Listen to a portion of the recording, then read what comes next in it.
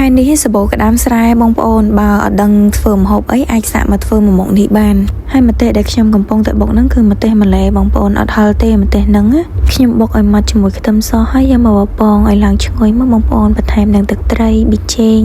ប្រេងខ្យងខ្ញុំដាក់រៀងច្រើនបន្តិចបងប្អូនដាក់ស្ករសទឹកដោះគោខាប់ហើយអំបិលគ្រាប់បន្តិចបងប្អូនកូរឲ្យឡើងឈ្ងុយមកភ្លក់តាមតម្រូវចិត្តបងប្អូនហើយខ្ញុំបន្ថែមទឹកបន្តិចបងប្អូនទឹកដែលនៅជាប់ត្បាល់យើងបុកហ្នឹងដោយសារក្តាមខ្ញុំឆា2គីឡូបងប្អូនរៀងច្រើនគូសំដែរអញ្ចឹងខ្ញុំបន្ថែមទឹកបន្តិចដើម្បីកុំឲ្យវាទឹកគ្រឿងហ្នឹងរៀងខាប់ពេកបងប្អូនងាយស្រួលក្នុងការច្បល់ហើយបងប្អូនច្បល់កូរឲ្យសព្វតទៅដាច់ទឹកទៅចាំបន្ថែមស្លឹកខ្ទឹមចូលកូរមកត្រឡប់ត្រឡប់ទៀតមកជាការស្រេចឯងបងប្អូនហើយបើនិយាយពីរសជាតិវិញទេបងប្អូនប្រៃផ្អែមវាចាប់ជាតិមួយគ្នាហ្មងឆាក្តាមហ្នឹងរបៀបស្រួយហើយខ្ទិះតែអត់មានជាតិតឡនទេហើយបើហូបលេងជក់មាត់សាហាវហ្មង